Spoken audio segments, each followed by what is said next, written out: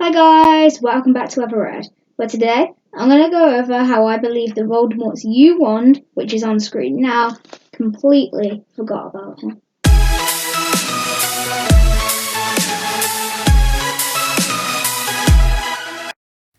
So, before we begin, this is just a theory.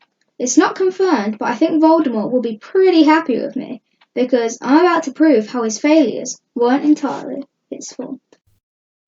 I'm going to quickly go over some famous words from one Garrick Ollivander. The wand chooses the wizard, Mr. Potter. That's always been clear to those of us who have studied wand lore. This shows that the wand has complete control over who it works best for. In the Deathly Hallows, we get a bit of elaboration on this, and we learn that wands can actually switch allegiance. A few examples of this are Harry gaining both Draco Malfoy's wand and the Elder Wand when he physically took it from Draco. That's a whole other issue. And also Dumbledore gaining ownership of the Elder Wand after his defeat of Dark Wizard Gellert Grindelwald in their famous duel.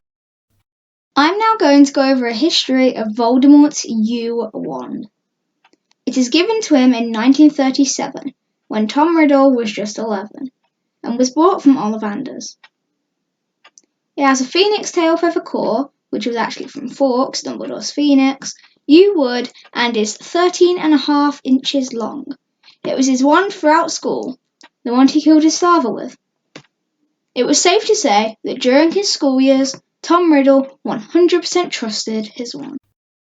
After leaving Hogwarts, he continued to practice dark magic with the wand, making his Horcruxes and forming a following.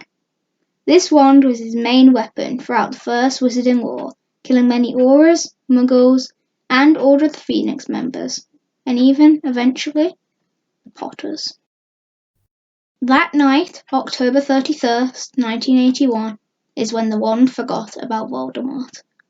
He entered the Potter home and killed a wandless James Potter, using the wand, and made his way to Lily and Harry.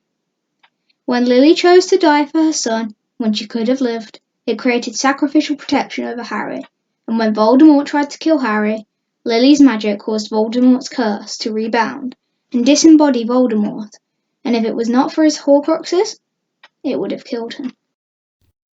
13 years later, Voldemort returned in the graveyard of Little Hangleton, and was given his old wand back by Wormtail. After this, things go downhill for Voldemort. The debatably most powerful wizard ever to walk the earth proceeded to fail to kill a 14-year-old who learnt to duel just 2 years ago, when Voldemort learnt closer to 50 years ago. The next summer, Voldemort failed against Dumbledore, something that definitely bothered him a lot, and I do believe that Dumbledore would have won that duel if he had not been defending Harry as well the whole time, as before Voldemort possessed Harry, Dumbledore had the upper hand in the duel.